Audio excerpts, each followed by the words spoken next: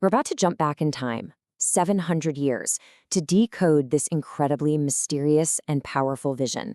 It's this wild, sometimes terrifying story of good versus evil, but it's also packed with hidden symbols that tell us a ton about the medieval world.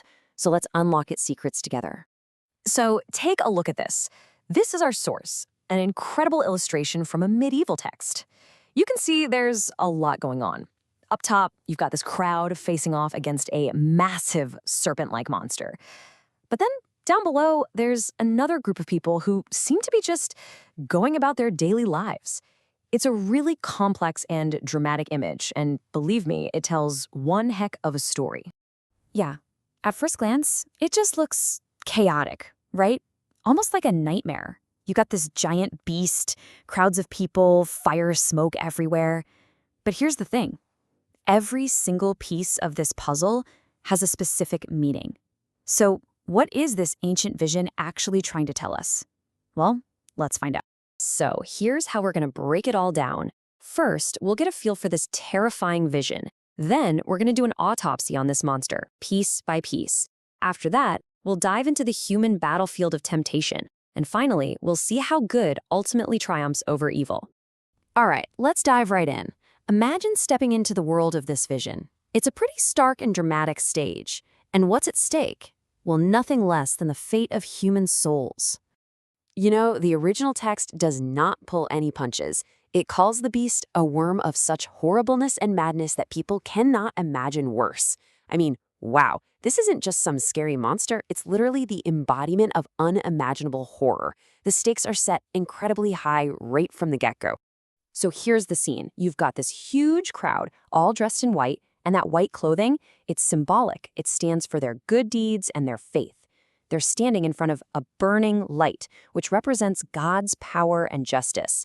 So you have this scene of purity and order, and then, bam, this monstrous beast just erupts onto the scene. Okay, now for the really cool part. This beast isn't just a monster, it's a living, breathing allegory. Every single part of its body, from its head right down to its feet, is a symbol for a different kind of evil or deception. So let's start decoding this thing. So the very first detail we get about this monster is kind of weird. It's a puzzle. Before the fight even really starts, its head is already trampled, its jawbone broken.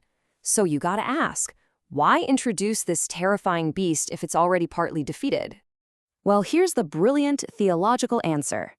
That crushed head? It symbolizes the devil's pride being cast down when Christ came into the world. See, this was essential belief in medieval Christianity, that the most important battle in history had already been won. So, yeah, the beast is still dangerous, but its ultimate power is broken. It's actually a message of hope built right into the design of the monster itself. Okay, so moving on from the head, let's look at its body. It's this patchwork of 5 different colors, and trust me, these are not for decoration. Each color is described as a deadly poison, and each one represents a different way that evil tries to corrupt the human spirit. And these meanings are pretty specific. They're not what you might guess. They're all about these subtle spiritual sicknesses. Green is an envy. It's the sadness of the world. White is losing your taste for doing the right thing. Red is that empty promise of false glory. Yellow is when you start to withdraw from goodness. And black, well, that's a lukewarm and different faith. Each color is like a different flavor of poison designed to infect the soul. And check this out. This is a brilliant way to show the 2 ways evil works. The beast has hands like a person, because evil often works openly, right through people's own actions. But its feet are like a snake's, which symbolize those secret, hidden traps and deceptions that are meant to trip you up when you're not looking. So it's both an open threat and a hidden one. All right, so we've dissected the beast. Now let's zoom out and look at the battlefield itself. Because this vision isn't really just about a monster, is it? It's about humanity's struggle against everything that monster represents. The whole conflict goes down near what's called an open market square. And no, it's not a literal farmer's market. Think of it as a giant allegory for life in the world. It's a place where you're constantly making choices. You can either buy virtues and goodwill, or you can get tricked into buying stuff that ultimately just leads to spiritual death.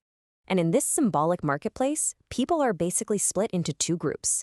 You've got the faithful, who are actively trying to do good, and then you've got the lukewarm, the ones who are kind of lazy about it, hesitant, and who give in pretty easily to their desires. The vision is super clear here. One path leads to a reward, and the other, well, it leads to punishment. So, how does the beast attack? Well, that's symbolic too. It breathes fire and smoke, unleashing what the text calls the cruel fire of the worst evil. This isn't literal fire, of course. It represents all the lies, the deception, and those burning worldly desires that can just totally consume a person from the inside out. And get this, the attack goes in 4 directions at once, so it can target everybody. The fire shoots upwards to fight the people trying to reach heaven. It goes outwards to deceive people who are focused on earthly things. It spreads sideways to trick people with false spiritual ideas. And it burns downwards to drag souls into the abyss. It's a full-on assault with nowhere to hide. But this whole vision is not meant to be a tragedy. After showing us just how terrifying this beast is and how intense the struggle is, it then shows us the way to win. This is the climax of the whole story.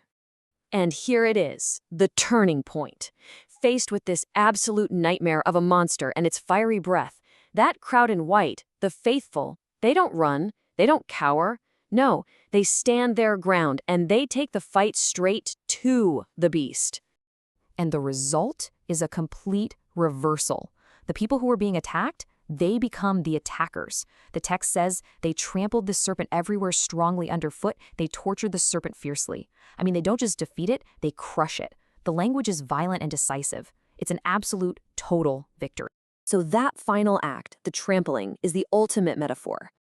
What it means is that by performing good actions, by holding on to their faith, the faithful can literally cast aside and crush the devil's influence in their own lives. Victory isn't something you just wait for. It's something you achieve through action.